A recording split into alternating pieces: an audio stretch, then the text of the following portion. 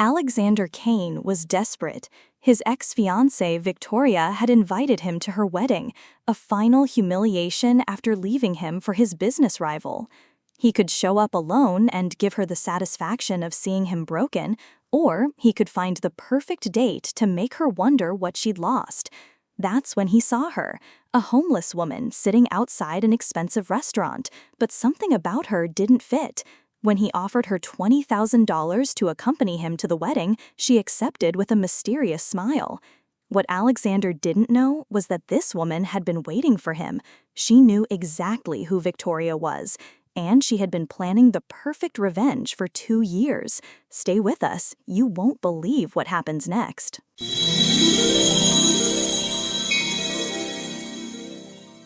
Alexander Kane crushed the wedding invitation in his fist before smoothing it out again.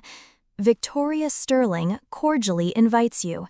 The golden letters seem to mock him from his mahogany desk.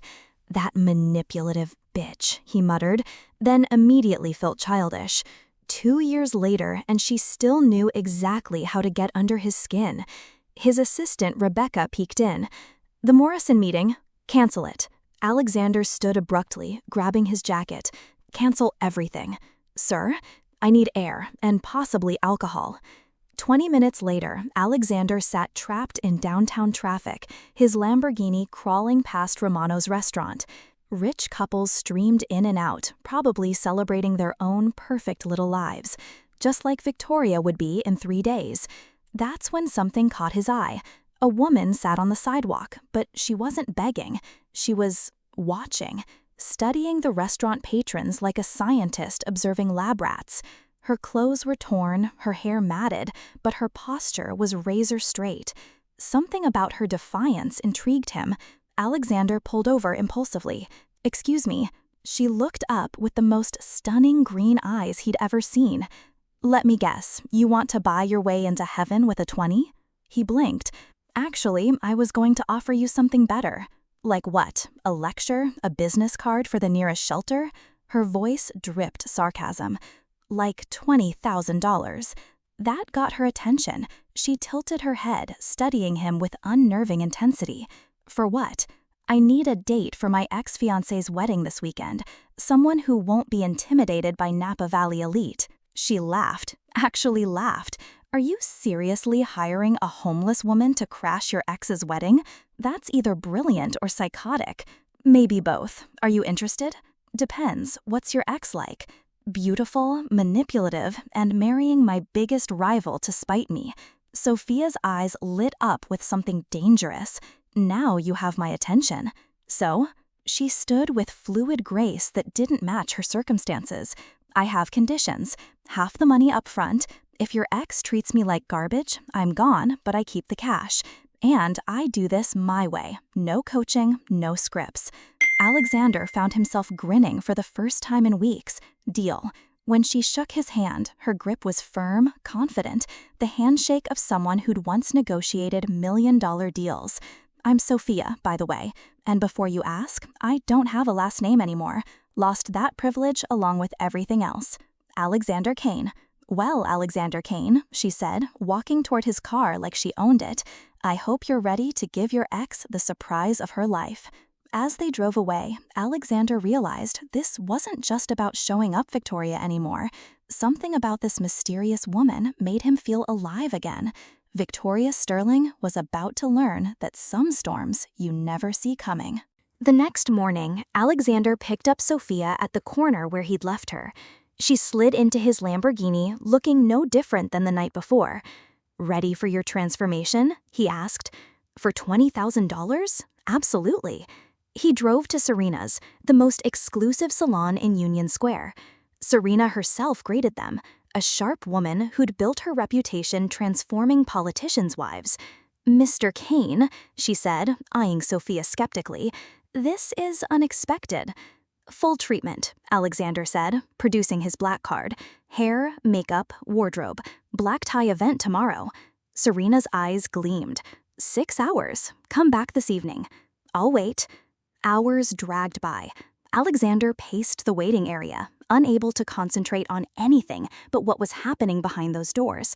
What if this backfired? What if Victoria saw right through them? What if he was making the biggest mistake of his life? His phone buzzed with work emails, but the words blurred together. All he could think about was the defiant woman he'd left in Serena's hands and what she might emerge as. Finally, Serena appeared with a satisfied smile. Ready? The woman who walked out wasn't the same person. Alexander's breath caught. This wasn't transformation. This was revelation. Sophia moved with fluid grace in an emerald silk dress that seemed designed for her body. Her hair fell in perfect waves, her skin glowed, but it was her eyes that stopped him cold. They held the same intelligence, the same fire, but now they belonged to someone who clearly belonged in his world. "Well," Sophia asked, doing a small turn. "Will I pass?" Alexander realized he was staring. "You look beautiful." Something flickered in her eyes before she looked away. "The shoes are tight, but I'll manage." In the car, he couldn't stop looking at her. "You clean up well." "You sound surprised?" "Most people would be overwhelmed by all this. You seem like you've done it before." "Maybe I have," she said quietly. "Care to elaborate?" "Not particularly. Tell me about tomorrow." Alexander accepted the subject change, though his curiosity burned stronger than ever. 300 guests, old money, new money, politicians. Victoria's family owns hotels. Charles's family makes wine. Your history with Victoria? Together 2 years, engaged 6 months. She left me for Charles 3 weeks before our wedding. Ouch. Is that why you're doing this? Revenge? Partly. What about you? 20,000 is a lot of money. That's not an answer. She smiled genuinely for the first time. No, it's not. They drove in comfortable silence before Sophia spoke again. "Alexander, tomorrow night, when we walk in, what do you want them to see?" "That I'm not the broken man Victoria left behind. I want them wondering who you are." "And if they figure out the truth?" "What truth?" Her smile turned mysterious. "That depends which truth you're referring to." As he dropped her at the luxury hotel he'd booked, Alexander realized tomorrow would be far more interesting than anticipated. Sophia wasn't just beautiful now. She was compelling and clearly hiding something significant. Victoria thought she held all the cards, but she was about to be very surprised. The game was about to begin, and Alexander had a feeling his mysterious companion was playing by rules he didn't yet understand. The drive to Napa Valley took 2 hours through winding roads lined with vineyards. Alexander had rented a silver Aston Martin for the occasion, something that would make an impression without being too flashy. Sophia sat beside him in a stunning midnight blue gown that Serena had selected, her hair swept into an elegant updo that showcased her graceful neck. "Nervous?" Alexander asked as they approached the Whitmore estate. "Should I be?" Sophia replied, checking her makeup in the visor mirror.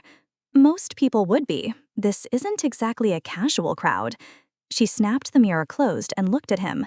"Alexander, I think you'll find I'm not most people." The Whitmore estate sprawled across rolling hills, its main house a testament to old California money.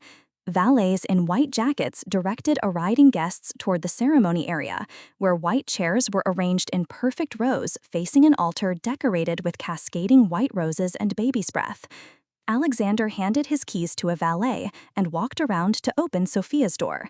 As she stepped out, several heads turned their way. She moved with fluid grace, her hand resting lightly on his arm as they walked toward the other guests.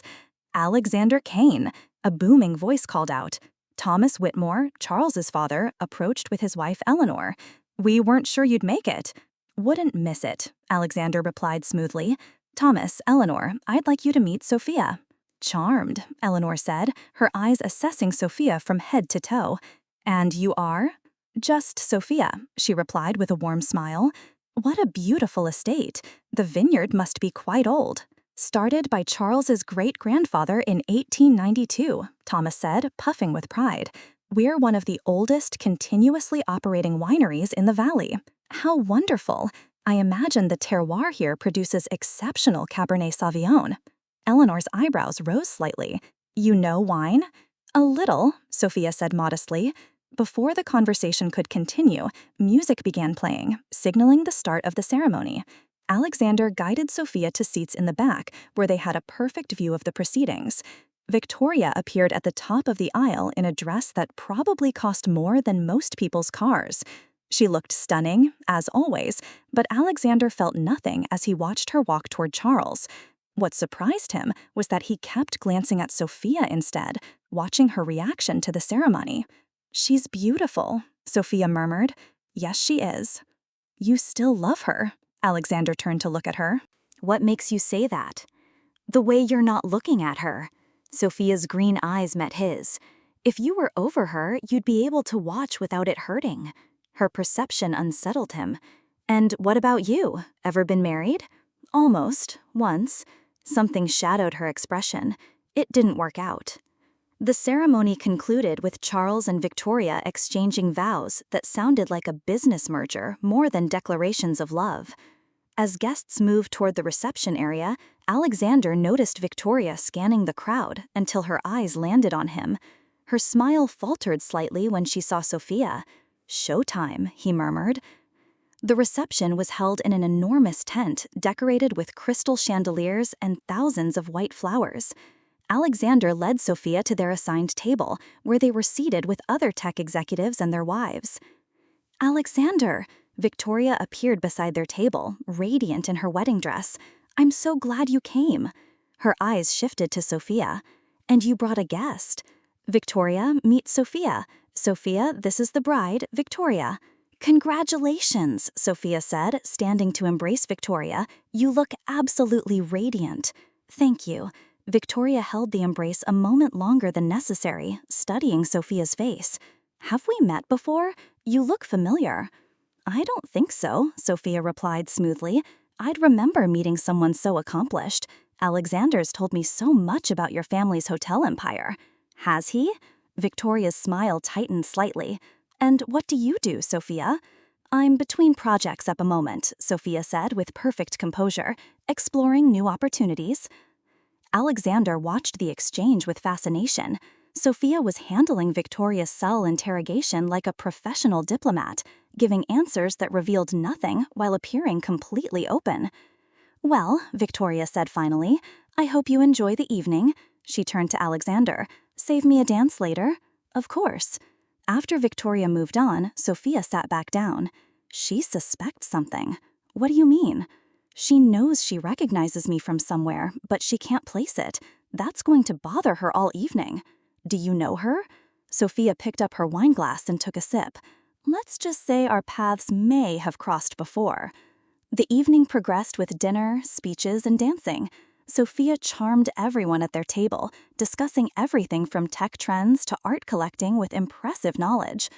When Alexander led her onto the dance floor, she moved like she'd been trained in ballroom dancing. "You're full of surprises," he said as they swayed to the orchestra's music. "I told you I used to live in a different world." "What world was that, exactly?" Before she could answer, someone tapped Alexander's shoulder. Charles Whitmore smiled at them, though his eyes were cold. "Mind if I cut in?" he asked. Alexander stepped back reluctantly, watching as Charles took Sophia in his arms. They spoke quietly as they danced, and Alexander noticed Charles's expression growing increasingly tense. When the song ended, Sophia returned to Alexander's side, but Charles lingered. "Enjoy the rest of your evening," Charles said to Alexander, but his eyes never left Sophia's face. "It's been illuminating." As Charles walked away, Alexander turned to Sophia. "What did you say to him?" Sophia's smile was enigmatic. "I simply told him how lovely it was to see him again after all these years." "Again?" "Some stories, Alexander, are better saved for later." She glanced around the reception. "I think we've made enough of an impression for one evening. Shall we go?" As they walked toward the exit, Alexander caught Victoria watching them from across the tent. Her face was pale, and she looked like she'd seen a ghost. The ride back to the city was quiet, but Alexander's mind was racing. Sophia wasn't just mysterious, she was connected to this world in ways he was only beginning to understand. And based on Victoria and Charles's reactions, her presence at their wedding was far from coincidental. "Sophia," he said as they neared the city, "who are you really?" She turned to look at him, and in the dim light of the car, her expression was unreadable. "Someone who's been waiting a very long time for tonight," she said quietly. The next morning, Alexander couldn't get Sophia out of his mind. Her mysterious comments at the wedding, the way Victoria and Charles had reacted to her, something was seriously off, and he needed answers. He called his private investigator, Marcus Reed. "I need you to look into someone," Alexander said without preamble. "Name? Sophia. That's all I have." Marcus chuckled. "You're going to have to give me more than that. About 5'6", late 20s, dark hair, green eyes. Claims she has no last name." "Interesting. Timeline: 24 hours. My rate just doubled." Done. Alexander spent Sunday pacing his penthouse, unable to shake the feeling that everything about Sophia was wrong. The wine knowledge, the perfect posture, the way she'd moved through that crowd like she owned it, none of it fit. Monday morning, his phone rang. "You sittin' down?" Marcus asked. "Just tell me." "Your mysterious Sophia doesn't exist. No credit history, no employment records, nothing. It's like she materialized out of thin air 2 years ago." Alexander's grip tightened on the phone. "And I ran facial recognition through old archives." Marcus paused. "Your homeless woman is Sophia Mitchell, daughter of Richard Mitchell, Mitchell Hospitality Group." The name hit like a sledgehammer. Alexander remembered the scandal. The corruption case? The same. But here's the kicker. Sophia Mitchell supposedly died 2 years ago. Car accident, body never found. Alexander's blood turned cold, but she's obviously not dead, which means someone wanted her dead and she survived. Keep digging. Alexander, be careful. If they tried once... Minutes after hanging up, his phone buzzed. "We need to talk." "Where?" "Golden Gate Park, Japanese tea garden, 1 hour." Alexander found Sophia on a bench, looking younger, in jeans and a sweater. More vulnerable, more dangerous. "You investigated me," she said without looking up. "Marcus called the wrong hotel. Word travels fast." She finally met his eyes. "So now you know." Alexander sat beside her, his mind reeling.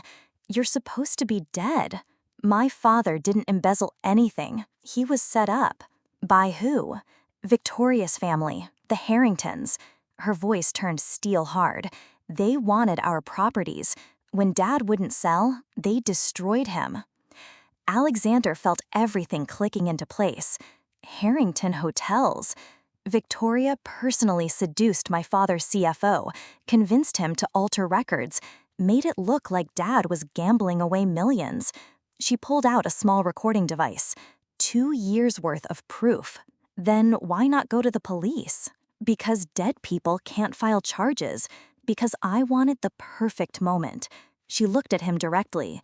"Your ex-fiancée's wedding seemed ideal."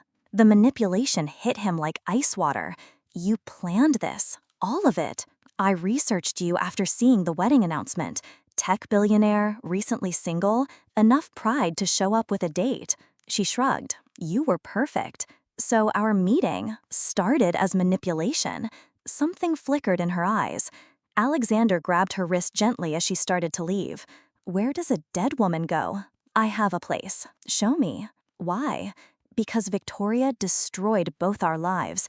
Because I believe in justice." He paused. "Because I'm starting to care about you." She searched his eyes. "This isn't a game, Alexander. If Victoria realizes who I am, she'll try to finish what she started. Then we'd better make sure you're ready first."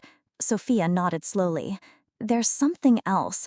Charles wasn't innocent. His family bought our Napa properties for pennies on the dollar." "So both the bride and groom are guilty?" "Birds of a feather." Her smile was cold as winter. "Ready to help me bring them down?" Looking at this woman, brilliant, dangerous, burning with righteous fury, Alexander realized he'd never been more attracted to anyone in his life. "Let's destroy them," he said. Alexander's penthouse felt different with Sophia in it. She moved through the space, examining his art collection, her fingers trailing over a Monet that had cost him $2 million. "You have good taste," she said, stopping in front of a Jackson Pollock. "You sound surprised. Most tech billionaires collect modern art to look sophisticated. This feels personal." Alexander poured 2 glasses of wine. "My mother was an artist. She taught me to appreciate beauty." Was? Cancer. 10 years ago. Sophia accepted the wine. "I'm sorry. Losing parents changes you." Speaking from experience, my mother died 6 months after the scandal broke. Couldn't handle the shame. Her voice was matter-of-fact, but Alexander caught the pain underneath. They sat on his couch overlooking the city. "Tell me everything," he said. Sophia took a sip of wine, and for the first time since he'd known her, she looked fragile. "My father built Mitchell Hospitality from nothing. 12 boutique hotels, his life's work. Victoria's family wanted our crown jewel property in Napa for years. What happened when he refused to sell? They destroyed him systematically. Victoria seduced our CFO, David Chen, convinced him my father was secretly gambling away millions. David doctored the books, created false evidence." Her voice cracked slightly. "Made my father look like a criminal. Where's Chen now?" "Dead. Car accident, 3 months after Dad's trial started." She laughed bitterly. How convenient. Alexander felt ice in his veins. "And your accident?" "I was getting close to the truth. Someone didn't want me talking." She rolled up her sleeve, showing him a jagged scar. "I survived because I'm a good driver and got lucky. Spent 2 days in that ravine before I could climb out." Alexander touched the scar gently, rage building inside him. "Victoria did this to you. She was at a charity gala that night, perfect alibi. But her security team?" Sophia's eyes hardened. "They don't hire Boy Scouts." "Why didn't you go to the police?" "With what? A dead CFO, destroyed evidence, and the word of a traumatized dead girl?" She stood, pacing to the window. "I needed 2 years to gather proof. 2 years living invisible, watching them profit from my family's destruction." Alexander joined her at the window. "What's your endgame?" "Expose everything. Destroy them the way they destroyed us." She looked at him. "Get justice for my parents." "I'm in." She turned, surprised. "Just like that?" "Victoria made a fool of me. They killed your family for money. They deserve what's coming." Sophia studied his face. "You're attracted to the idea of revenge, the power of it?" Alexander considered denying it, but she'd see through the lie. "Maybe. Does that bother you?" "No, it makes you honest." She stepped closer. "But I need to know, if this goes wrong, are you prepared for the consequences?" "What consequences?" "Prison, death. These people don't play games." The weight of what they were planning settled between them. Alexander looked at this woman, beautiful, brilliant, dangerous, and realized he'd follow her into hell if she asked. "I'm prepared," he said. Sophia reached up and touched his face. "You're either very brave or very stupid. Which do you think?" "Both." She kissed him then, soft and desperate. When they broke apart, she whispered, "This changes everything." "Good." His phone buzzed. Text message from Victoria. "Lovely meeting your friend last night. We should have lunch soon. I'm curious about her." Alexander showed Sophia the message. Her smile was cold as winter. "Let her be curious. By the time she figures out who I am, it'll be too late." What's our next move? We make them trust us. Get close enough to gather final evidence. Sophia's eyes gleamed dangerously. "Think you can convince Victoria you're still carrying a torch? You want me to pursue my ex-fiancée? I want you to make her believe she still has power over you. Women like Victoria can't resist proving their superiority." Alexander felt a stab of jealousy. "And what will you be doing?" "Getting close to Charles. Men like him love showing off to beautiful women." "I don't like this plan." Sophia laughed. "Afraid I'll fall for his charms? Afraid you'll get yourself killed." She kissed him again, longer this time. "Then we'd better make sure that doesn't happen." The plan began immediately. Alexander called Victoria the next morning, his voice carefully calibrated to sound slightly vulnerable. "Victoria, it's Alexander.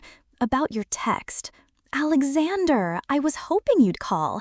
Her voice carried that familiar purr he'd once found irresistible. "I've been thinking about Saturday night." "Me too. Your friend Sophia made quite an impression." "She's interesting. Where did you find her?" We met through mutual friends. She's been through some difficult times lately. He paused. Actually, I was wondering if we could meet for coffee. I'd like to talk. Victoria's silence stretched just long enough to reveal her satisfaction. Of course. How about tomorrow? The usual place? Their usual place was Café Central, where they'd had their first date 3 years ago. Alexander knew Victoria would choose somewhere loaded with emotional significance. Meanwhile, Sophia was implementing her own strategy. Using social media and society connections, she'd discovered Charles frequented the Marina Yacht Club every Tuesday evening. She positioned herself at the bar, nursing a glass of expensive wine and reading a book about viticulture. "Excuse me," Charles's voice came from behind her. "That's an excellent text on Burgundian terroir." Sophia looked up with practiced surprise. "Oh, you're Charles Whitmore. We met at your wedding." "Of course, Sophia, right? Alexander's mysterious companion?" He gestured to the empty stool beside her.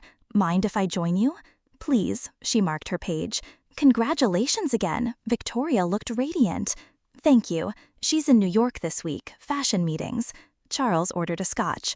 "I have to admit, I've been curious about you since Saturday." "Curious how?" "You seem familiar. Have we met before the wedding?" Sophia's pulse quickened, but her expression remained neutral. "I don't think so. I'd remember." "Perhaps. What brings you to the yacht club?" "I love being near the water. It's peaceful." She sipped her wine. "Plus, the wine selection here is exceptional. The 2015 Pullini Montrachet you're serving? Brilliant choice." Charles's eyebrows rose. "You know wine." "I grew up around it. My family had business interests in Napa." "Really? Which part of the valley?" "Near St. Helena." "Beautiful area, though things change so quickly there." She looked directly at him. "Properties that have been in families for generations suddenly get sold to the highest bidder." Something flickered in Charles's eyes. "Market forces can be brutal." "Indeed. Though sometimes I wonder if it's really about market forces, or if certain families simply know how to expedite things." The silence between them grew heavy. Charles finished his scotch in one gulp. "Well," he said, standing abruptly, "it was lovely seeing you again, Sophia. Perhaps we'll run into each other soon." After he left, Sophia sat back, satisfied. She'd planted seeds of doubt and suspicion. Now she needed to water them. The next day, Alexander met Victoria at Café Central. She'd chosen a table by the window, dressed in a cream-colored suit that highlighted her blonde hair. She looked beautiful, polished, untouchable, everything he'd once thought he wanted. "You look well," she said as he sat down. "Thanks, you too. Marriage suits you." Victoria smiled, but her eyes were calculating. "I have to admit, I was surprised to see you Saturday. With a date, no less." "Life moves on." "Does it? Because you seemed different. Distracted, maybe?" Alexander leaned forward. "Can I be honest with you?" "Of course. Seeing you marry Charles was harder than I expected. I thought I was over it, but—" He let his voice trail off, looking vulnerable. Victoria's smile turned predatory. "Oh, Alexander. I know it's selfish. You're married now, happy. I should be happy for you. Are you not? I keep thinking about what we had, what I lost when I lost you." Victoria reached across the table and touched his hand. "You didn't lose me because I stopped caring." "Then why?" "Because you never really saw me. You saw this perfect image, this trophy wife for your perfect life." Her fingers traced his knuckles. "Charles sees me for who I really am." "And who is that?" Her smile turned cold for just a moment. "Someone who gets what she wants." Alexander felt a chill, but kept his expression neutral. "And what do you want now?" "To be friends. To not have this tension between us." She squeezed his hand. "Tell me about Sophia. She's quite striking." "She's been through a lot. Lost her family, her home. I'm trying to help her get back on her feet." "How noble of you." "Where is she from?" "Originally from Northern California. Her family was in hospitality." Victoria's grip on his hand tightened almost imperceptibly. "Hospitality? Hotels?" "Something like that. She doesn't like talking about it. The losses were devastating." "I can imagine." Victoria's voice was carefully neutral. "Well, I hope things work out for her." Actually, I was wondering if you might have some advice. Your family's hotel business, maybe you know of opportunities for someone with her background? I'll think about it. Victoria signaled for the check. I should go. Charles is calling from Napa tonight. As they stood to leave, Victoria kissed Alexander's cheek. It was good to see you. Let's do this again soon. I'd like that. Walking back to his car, Alexander felt dirty. Playing games with Victoria brought back memories of their toxic relationship. The manipulation, the power plays, the way she made him question his own perceptions. His phone buzzed with a text from Sophia. How did it go? She's suspicious but intrigued. You? Charles remembers more than he's saying. We're getting close. Dinner tonight? We need to plan the next move. Your place, 8 p.m. That evening, Sophia arrived at Alexander's penthouse carrying a bottle of wine and a folder full of documents. Research, she explained, spreading papers across his dining table. Property records, financial filings, newspaper archives. I've been busy. Alexander studied the documents. What am I looking at? Proof. The Whitmore family bought our Napa property for $3 million. It's now worth $30 million. She pointed to another document. Victoria's family acquired 2 of our other hotels through shell companies. Total purchase price, $5 million. Current value, $45 million. That's a hell of a profit margin. Built on my family's destruction. Sophia's eyes were hard. But here's the interesting part. Look at the timing. Alexander examined the dates. They started acquiring properties before your father was even accused. Exactly, which means they knew the scandal was coming because they orchestrated it. This is enough to destroy them. Not yet. We need more. Personal communications, recordings, something that shows intent. She looked at him. How far are you willing to go? What do you mean? I mean, are you prepared to do whatever it takes? Because Victoria's starting to suspect something, and desperate people do desperate things. Alexander thought about Victoria's cold smile, her calculating touch. What do you need me to do? Convince her you're falling for her again. Get close enough to access her personal files, her communications with Charles. Sophia's voice was steady, but he caught the tension underneath. Seduce her if you have to. Sophia, this is war, Alexander. And in war, sometimes you have to sacrifice pieces to win the game. Looking at her face, beautiful, determined, merciless, Alexander realized he was in love with someone who might be more dangerous than the enemies they were fighting.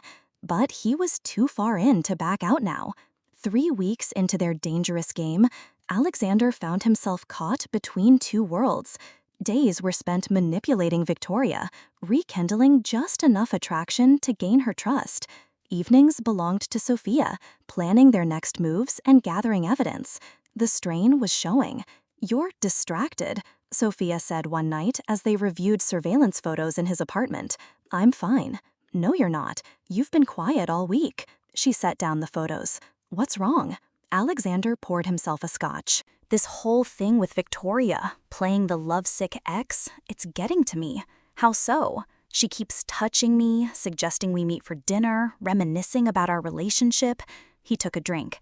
Today, she invited me to Napa for the weekend. Sophia's expression didn't change. That's perfect. You'll have access to the house, their files. I don't want to go. Why not? Alexander set down his glass and looked at her directly. Because I'm falling in love with you, and pretending to want another woman is tearing me apart. Sophia went very still. Alexander, I know this started as revenge for both of us. I know you're using me as much as I'm using you, but somewhere along the way, it became real.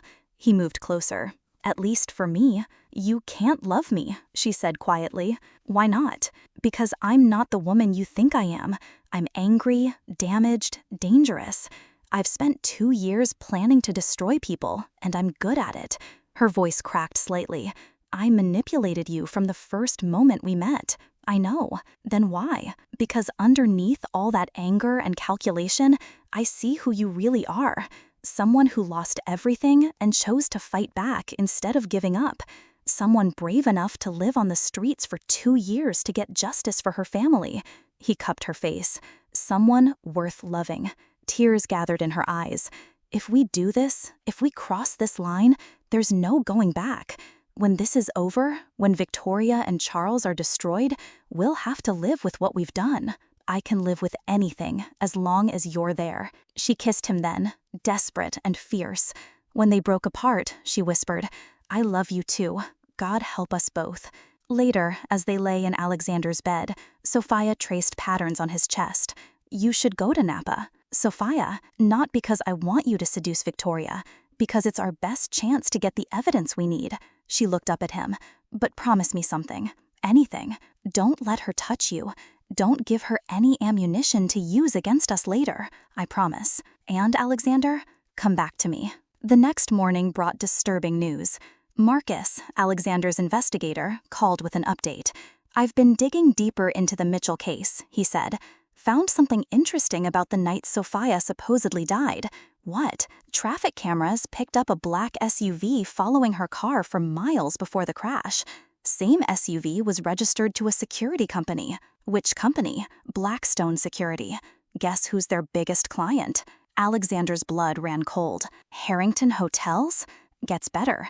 The driver that night was Michael Torres, ex-military, specialized in making accidents look real. Where's Torres now? Missing. Disappeared 2 weeks after Sophia's crash. But here's the kicker. He was found dead in Mexico 6 months later. Single gunshot to the head. Alexander felt sick. They're cleaning house. Looks like it. Be careful, Alexander. If they tried to kill her once... After hanging up, Alexander called Sophia immediately. We need to meet, now. They met at the Japanese tea garden again, the same place where she'd first told him the truth. Alexander shared Marcus's findings, watching her face grow pale. They killed Torres, she said quietly, to cover their tracks. Sophia, maybe we should go to the police now. This is enough. No. Her voice was hard. Torres was the only direct link to what happened to me. Without him, it's still circumstantial. But they tried to murder you. And I have no proof. Victoria was at a charity gala, remember? Perfect alibi. She stood, pacing. We stick to the plan. It's too dangerous now. It was always dangerous. She stopped in front of him. But we're close. I can feel it. That evening, Victoria called Alexander. Darling, about this weekend in Napa, Charles will be in the city on business, so it would just be us. Her voice carried a suggestive undertone, like old times. Alexander glanced at Sophia, who nodded grimly. That sounds perfect. Wonderful. I'll send a car for you Saturday morning. After he hung up, Sophia handed him a small device. Hidden camera. Get me everything. Computers, phones, documents. What if she catches me? Then we'll have bigger problems than missing evidence. She kissed him softly. Be careful. I need you to come back to me. I will. But as Alexander held her, both of them knew they were crossing a line they couldn't uncross. The game was about to become deadly serious, and only one side would survive. Saturday morning arrived gray and drizzling. Alexander stood at his penthouse window, watching the Harrington family's black Mercedes pull up to his building. The driver was the same man who'd picked him up for countless business dinners during his relationship with Victoria. Stone-faced, professional, probably armed. Sophia appeared behind him, wrapping her arms around his waist. Second thoughts? About a dozen. He turned in her arms. Promise me something. If this goes wrong, if I don't come back, you're coming back. But if I don't, she silenced him with a kiss. Then I'll burn their world down to find you. The drive to Napa took 2 hours through winding valley roads. Alexander tried to focus on the mission, find evidence, document everything, get out clean. But his mind kept drifting to Sophia's warning about desperate people doing desperate things. The Whitmore estate looked different in daylight, less romantic, more fortress-like. Security cameras tracked the car's approach, and Alexander counted at least 3 guards patrolling the grounds. Victoria met him at the front door wearing a flowing white dress that made her look like a Greek goddess. "Alexander, you made it."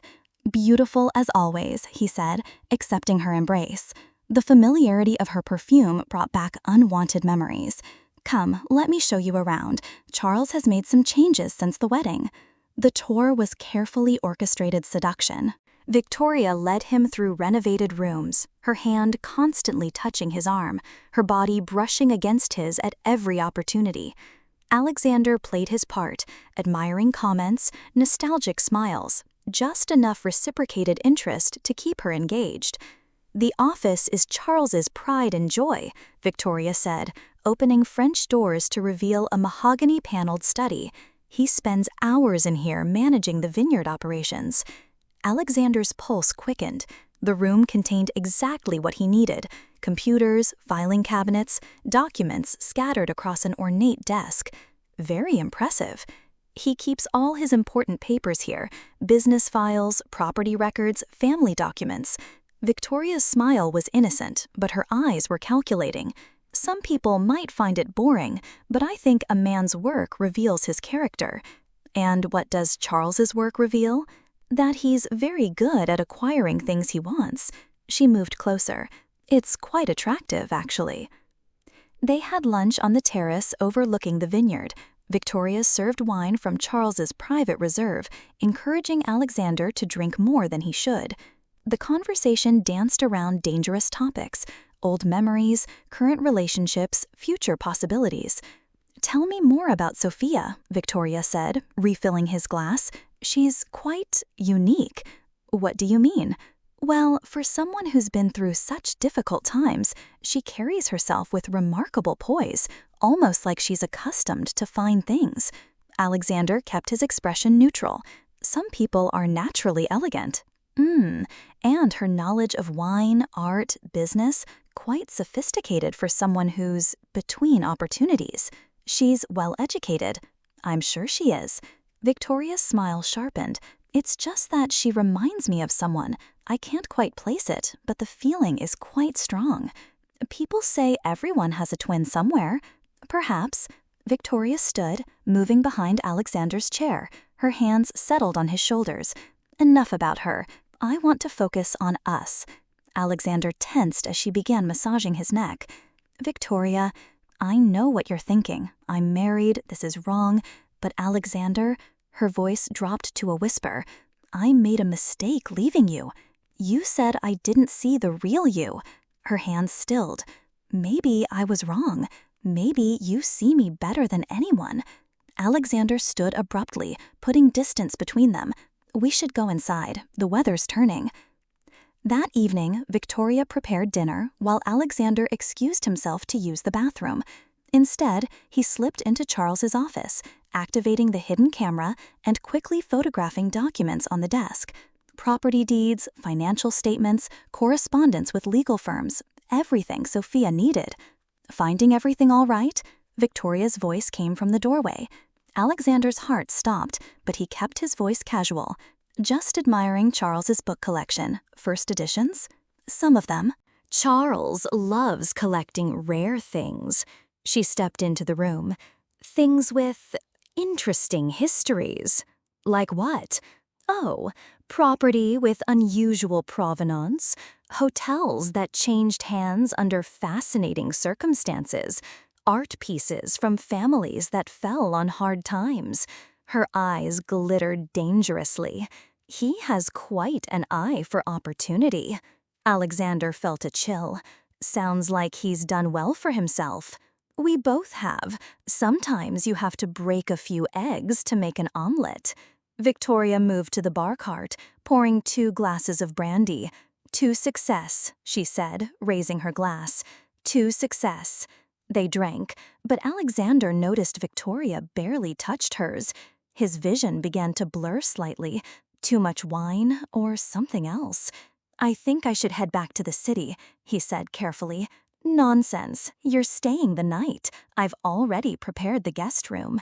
Victoria's smile was predatory. "Besides, you're in no condition to drive." Alexander's phone buzzed. Text message: "Hope you're having fun with your ex. S." Victoria glanced at the phone. "Sophia checking up on you. She worries. How sweet. Young love is so intense." Victoria moved closer. "But sometimes intensity burns out quickly, doesn't it? Sometimes what we think is passion is just infatuation." And sometimes it's real. Is it? With her? Victoria's hand traced his cheek. Or are you just trying to replace what we had?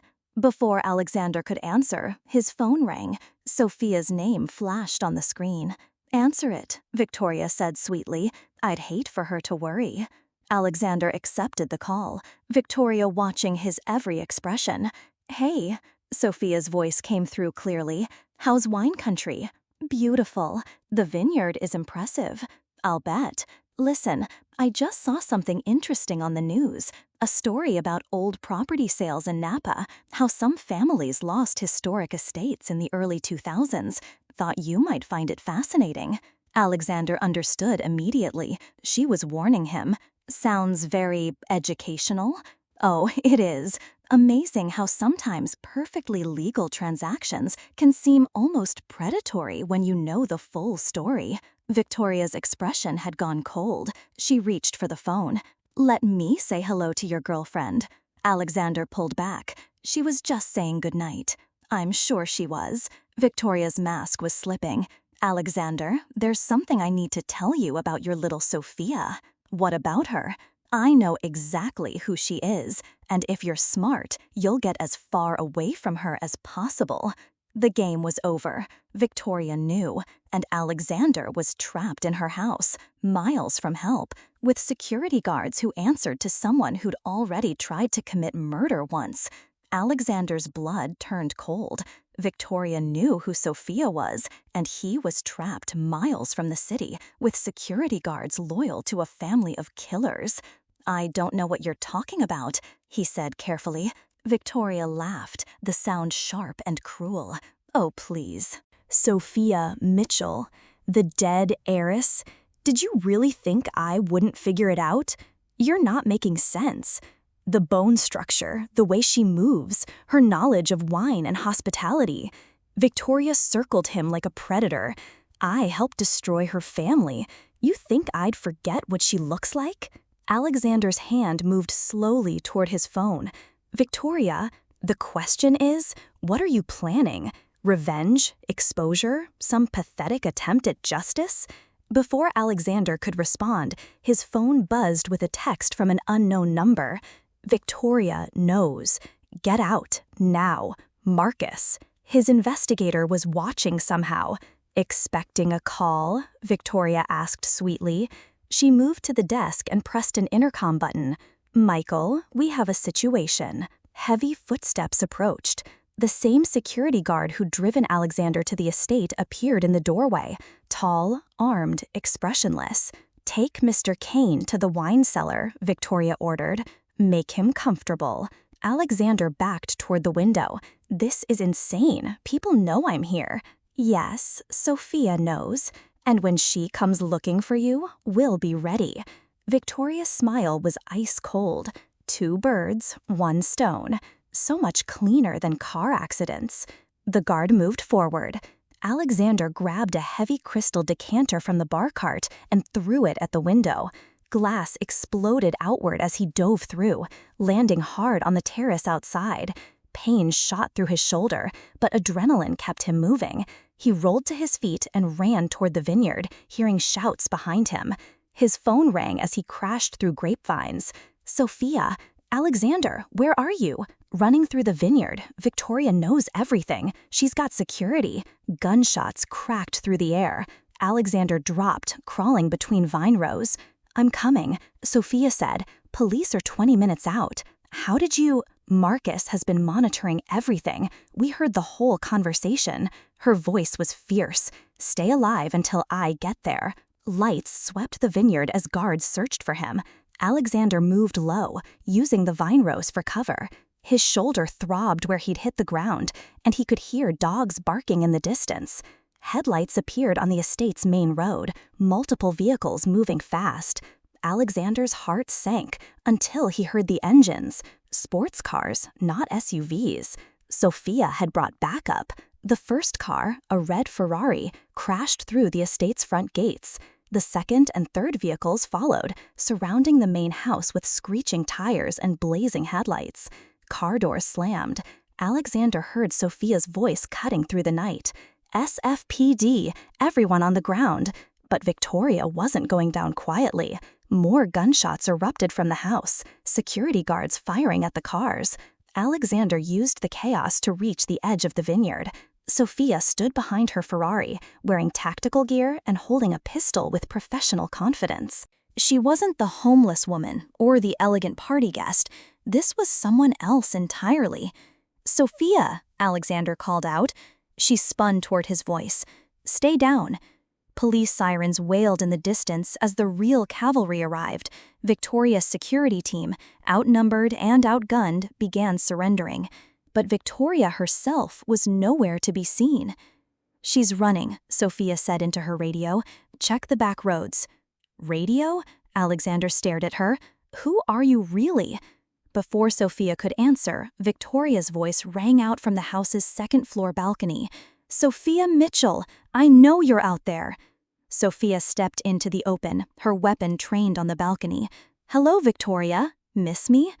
"I should have made sure you were dead the first time." "Big mistake," Sophia's voice carried across the courtyard. "But don't worry, I have enough evidence to bury you and Charles for the rest of your lives." Evidence can disappear. People can disappear. Not anymore. Sophia gestured toward the approaching police cars. "FBI's been watching you for months. Financial crimes, conspiracy, attempted murder. It's over." Victoria's laugh was bitter. "You think this ends it? My family has lawyers, connections, money." "Had," Sophia corrected. "Assets were frozen this morning. Charles was arrested in the city an hour ago. Your hotel empire is finished." Silence stretched between them. Then Victoria raised something in her hand, a gun. "If I'm going down," she screamed, "I'm taking you with me." The shot echoed across the vineyard, but Victoria's aim was wild, desperate. Sophia didn't even flinch as FBI agents stormed the house. Within minutes, Victoria Harrington Whitmore was in handcuffs, screaming threats and curses as she was loaded into a police car. Alexander approached Sophia cautiously. "FBI?" She holstered her weapon and turned to him. "Undercover agent, 2 years deep in this case." "The homeless thing?" "Was real, sort of. I volunteered to go undercover as Sophia Mitchell after the real Sophia died in that car crash." She looked at him with something like regret. "I'm sorry I lied." "What's your real name?" "Agent Sarah Chen. David Chen was my brother." Alexander felt the pieces clicking together. The CFO who helped frame Richard Mitchell. Victoria manipulated him, convinced him he was saving the company. When he realized what he'd done, he tried to come forward. Her voice hardened. "That's when they killed him. So this was never about revenge for you. It was about justice, for my brother, for the Mitchell family, for everyone Victoria and Charles destroyed." She stepped closer. "But somewhere along the way, it became about you, too." Alexander looked at this woman, FBI agent, undercover operative, someone who'd risked everything for justice. "Who are you really?"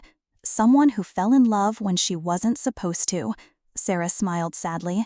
"Someone who hopes that when this is all over, you might still want to know her."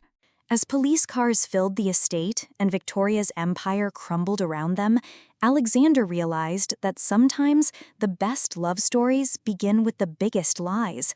And sometimes that's exactly what makes them true. 6 months later, Alexander sat in a federal courtroom watching Victoria Harrington receive her sentence. 25 years for conspiracy, fraud, and attempted murder. Charles got 15 years as an accomplice. Beside him, Sarah Chen, her real name still felt strange, squeezed his hand as the judge read the verdict.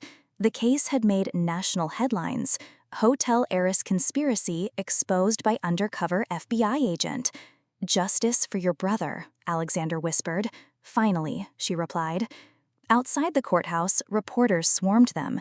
Sarah handled the questions with professional grace, while Alexander marveled at this woman who'd transformed from homeless stranger to mysterious socialite to federal agent to what exactly were they now? "Mr. Kane, how does it feel knowing your ex-fiancée tried to kill you? Are you and Agent Chen romantically involved? Will you be pressing additional civil charges?" Sarah pulled him toward their car. No comment on ongoing investigations. Later, at Sarah's apartment, a modest place in Richmond, nothing like his penthouse, they finally had privacy to talk. "So, what happens now?" Alexander asked. "Now I go back to being a regular FBI agent. New cases, new assignments." She curled up beside him on her couch. "Probably get transferred out of San Francisco." Transferred where? Could be anywhere. DC, New York, Phoenix. The Bureau moves people around. Alexander felt panic rising. For how long? Years, maybe. Why? He turned to face her fully. "Because I'm in love with you. All versions of you. Homeless Sophia, mysterious party guest, federal agent Sarah. I don't care what your name is or what your job is. Alexander, I want you to stay. I want us to figure out what this is without conspiracies and undercover operations and people trying to kill us." Sarah was quiet for a long moment. "My supervisor offered me a promotion, white-collar crime division, based here in San Francisco. That's good, right? It means no more undercover work, desk job, normal hours, regular life." She looked at him. "The kind of life where you can actually have relationships." "And?" "I told her I'd think about it." Alexander kissed her, soft and desperate. "What would help you decide?" "Are you asking what I think you're asking?" "I'm asking if you'd consider building something real with me. No games, no lies, no hidden agendas. Just us." Sarah smiled, the first completely unguarded expression he'd seen from her. "Yes. Yes, you'll consider it, or yes to something else?" "Yes to all of it. The promotion, staying in San Francisco, building something real with you." She kissed him back. "I love you, Alexander Kane." 1 year later, they were married in a small ceremony at the Japanese tea garden, where Sarah had first told him the truth. Marcus walked her down the aisle. The investigator had become an unlikely friend. Alexander's few close friends mixed with Sarah's FBI colleagues in an odd but perfect gathering. 2 years after that, Sarah was pregnant with twins. "Boy and girl," the ultrasound technician announced. Alexander squeezed Sarah's hand as they stared at the grainy images on the screen. "Any name ideas?" "For the boy, maybe David, after my brother. And the girl?" Sarah smiled. "Sophia, for the woman who brought us together, even if she was fictional." That evening, they sat on their back deck overlooking the bay. Sarah's hand rested on her growing belly while Alexander grilled dinner. "Do you ever miss it?" he asked. "The undercover work, the adrenaline?" "Sometimes, but this is better." She gestured toward their home, their life together. "Besides, chasing white-collar criminals is plenty exciting. Even without death threats? Especially without death threats." Alexander's phone buzzed with a news alert. Victoria Harrington denied parole in federal prison. He showed Sarah the headline. She glanced at it and shrugged. "Good, justice served." "Any regrets about how it all went down?" "Only one." Sarah looked at him seriously. "I wish I told you the truth sooner. You deserved honesty. If you'd told me the truth that first night, would I have believed you? Probably not." Then it happened exactly how it was supposed to. Alexander leaned over and kissed her forehead. "Besides, some love stories need a little mystery, and some need a little justice. Ours had both."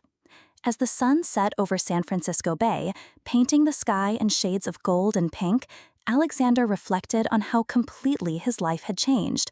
A wedding invitation from his ex-fiancée had led him to the love of his life. Sometimes the worst moments create the best possibilities. "Alexander? Promise me something. Anything. Promise me our kids will never have to fight this hard for justice." He took her hand, feeling the wedding ring he'd placed there 2 years ago. "I promise. They'll grow up in a world where good people win and love conquers all." That's a beautiful fairy tale. It's not a fairy tale. It's our story. And for the first time in years, both of them believed completely in happy endings. 1 year after Victoria's sentencing, Alexander and Sarah stood in the lobby of their new company headquarters. Kane Chen Consulting occupied 3 floors of a downtown San Francisco high-rise, but success felt different than Alexander had imagined. "Hard to believe we went from plotting revenge to running a legitimate business," Sarah said, adjusting her blazer. says the woman who lived on the streets for 2 years planning an elaborate takedown, Alexander replied. Their first year had been a whirlwind. Companies across the country wanted the team that had exposed the Harrington-Whitmore conspiracy, but with success came pressure Alexander hadn't anticipated. Mrs. Kane Chen, their assistant, approached urgently. The Morrison Industries meeting is starting, and they're asking about expansion into international markets. Sarah's smile faltered slightly. International meant bigger cases, more travel, more time apart. The decision to combine surnames had symbolized their partnership, but lately business demands were testing that bond. In the conference room, they presented their findings to Morrison Industries' board. But this time, the conversation took an unexpected turn. We want to retain Kane Chen exclusively, the CEO announced. Full corporate restructuring, based in New York. We're talking about a $100 million contract. Alexander felt Sarah tense beside him. That's substantial, he managed. It would mean relocating your entire operation, but the compensation would be extraordinary. After the meeting, they walked back to their office in strained silence. $100 million, Alexander, Sarah finally said. That's life-changing money. Is it? We're already successful here. But we could help so many more people with resources like that. Alexander stopped walking. Or we could lose ourselves trying to become something we're not. Before Sarah could respond, her phone buzzed with an urgent text from Marcus Reed. Emergency. Victoria's early release hearing scheduled. She's claiming new evidence of prosecutorial misconduct. The blood drained from Sarah's face. She's trying to get out. That's impossible. She was sentenced to 25 years. Her family still has connections, money, lawyers who specialize in overturning convictions. Sarah's voice grew sharp with familiar anger. If she gets out, she won't. We'll stop her. How? We're consultants now, not undercover agents. We can't just... Alexander's phone rang. Unknown number. Mr. Kane, this is Detective Rodriguez with LAPD. I'm calling about an urgent case. Corporate fraud, family destroyed. But this time, the victims fought back. 3 executives found dead in their offices this morning. Alexander met Sarah's eyes as he put the call on speaker. We think it's connected to patterns similar to your Harrington case. Someone's taking justice into their own hands, and it's getting bloody. We'll be there tonight, Sarah said without hesitation. After hanging up, they stood in the hallway of their successful business, facing a choice that would define everything. The New York contract, Alexander started, can wait. Sarah's eyes held the same fire he'd seen when she'd planned Victoria's downfall. People are dying, Alexander. Someone's out there doing what we did, but they're crossing lines we never crossed. And Victoria trying to get out of prison makes this even more urgent. If she succeeds, if she gets back out there, Sarah grabbed his hand. We started something when we took her down. Now we have to see it through. Alexander looked at his wife, FBI agent, businesswoman, the woman who'd taught him that some fights were worth everything. The comfortable life they'd built suddenly felt fragile. Los Angeles tonight? Los Angeles tonight. She kissed him quickly. And Alexander, cancel our meetings for next week. Something tells me this case is going to change everything. As they rushed to pack, Alexander realized their story wasn't ending with business success and domestic bliss. Victoria's shadow was still reaching for them, and somewhere out there, another family was fighting the same war they'd won. The real adventure was just beginning, and this time, the stakes were life and death. 5 years later, Sarah stood in the nursery of their Marin County home, watching Alexander assemble a second crib. Their twins, David and Sophia, were now 3 years old and about to become big siblings. "You're sure you don't want to know the gender?" Alexander asked, tightening a screw. "I like surprises," Sarah replied, one hand on her growing belly. "Besides, we have everything we need from the twins." Through the window, she could see David and Sophia playing in their backyard, David building elaborate block towers, while Sophia knocked them down with gleeful determination. Even at 3, their personalities were distinct. "Speaking of surprises," Alexander said, standing up from the completed crib, Marcus called. The Peterson case in Denver just broke wide open. Sarah's eyes lit up. The David Chen Foundation had grown into a formidable force for corporate justice, with offices in 6 cities and a team of investigators who specialized in white-collar crime. The Peterson case, a family farm empire destroyed by predatory lending, had been their most complex investigation yet. Arrests? 4 executives, including the bank president, the families getting their land back, and $20 million in damages. David would be proud, Sarah said softly. Her brother's name graced their foundation, but his spirit lived in every case they solved. Alexander wrapped his arms around her from behind, his hands covering hers on her belly. How are you feeling about scaling back when the baby comes? I'm not scaling back. I'm delegating better. Sarah leaned into his warmth. Marcus can handle field investigations. I'll coordinate from here. The Harrington model? Sarah laughed, hopefully with less fraud and attempted murder. Their success had brought unexpected challenges: media attention, speaking engagements, book deals they'd politely declined. Everyone wanted to know how a tech billionaire and undercover FBI agent had exposed corporate corruption and found love in the process. Do you ever wonder what would have happened if you hadn't stopped that night? Sarah asked. If you'd just driven past me outside Romano's? Every day. And every day I'm grateful I didn't. A crash from downstairs interrupted their moment, followed by 3-year-old giggling. Sophia knocked over the lamp again. David's voice called up the stairs with the world-weary tone of an older brother. She's definitely got your investigative instincts, Alexander said. Everything must be examined and tested. And your charm. She talked the grocery clerk into giving her 3 free cookies yesterday. They headed downstairs to find their living room in cheerful chaos. Sophia had indeed knocked over a floor lamp while chasing their golden retriever, Murphy. David was already trying to fix it with the serious concentration he brought to every task. "Mama, Daddy!" Sophia ran to them, dark curls bouncing. Murphy was being sneaky. "Like someone else I know," Sarah said, scooping up her daughter. That evening, after the twins were asleep and the house was quiet, Alexander and Sarah sat on their back deck overlooking the bay. The lights of San Francisco twinkled in the distance, but their life here in Marin felt worlds away from the corporate towers and underground investigations. "Any word from Victoria?" Sarah asked. It was their annual check-in on their old nemesis. "Parole denied again. Marcus says Charles is doing better. Model prisoner, teaching business classes to other inmates. Good for him." They sat in comfortable silence, listening to the gentle lapping of waves against the shore. Their property backed up to Richardson Bay, giving them a private slice of California paradise. "Sarah? I need to tell you something." She turned to him, noting the serious tone. "What?" "The Morrison Industries Board offered me a CEO position, full corporate restructuring, based in New York." Sarah felt her stomach tighten. "That's big.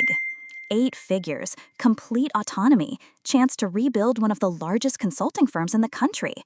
Are you considering it?" Alexander was quiet for a moment. "I told them no." "Why?" "Because everything I want is right here. You, our kids, our foundation, our life." He took her hand. "I don't need to conquer corporate America. I already won the only thing that matters." Sarah felt tears prick her eyes. "You're sure?" "Completely. Besides, someone needs to keep an eye on our investigative empire while you're busy growing humans." "Our empire?" "The foundation helps more people every year. We've returned over $50 million to fraud victims, exposed dozens of corporate criminals, changed lives." Alexander squeezed her hand. "That's a better legacy than any CEO title." "Even better than bringing down Victoria Harrington?" "Victoria was personal. This is bigger than us." As if summoned by their conversation, Sarah's phone buzzed with an email. New case referral from the Seattle office. A tech startup accused of stealing employee pension funds. "Tomorrow's problem," Alexander said, watching her read. "Tomorrow's opportunity," Sarah corrected, but she put the phone away. Later that night, as they prepared for bed, Sarah caught her reflection in their bathroom mirror. 5 years ago, she'd been a driven FBI agent consumed by the need for justice. Now she was a wife, mother, foundation director, and still that same driven woman, just with a much fuller life. "No regrets?" Alexander asked, appearing behind her in the mirror. "Only one." "What's that?" "That it took Victoria's wedding invitation to bring us together. Seems like we should have found each other sooner." Alexander kissed her neck softly. Maybe, but then we wouldn't have appreciated what we have. True, nothing like surviving attempted murder to put relationship problems in perspective. As they settled into bed, Sarah's hand found Alexander's in the darkness.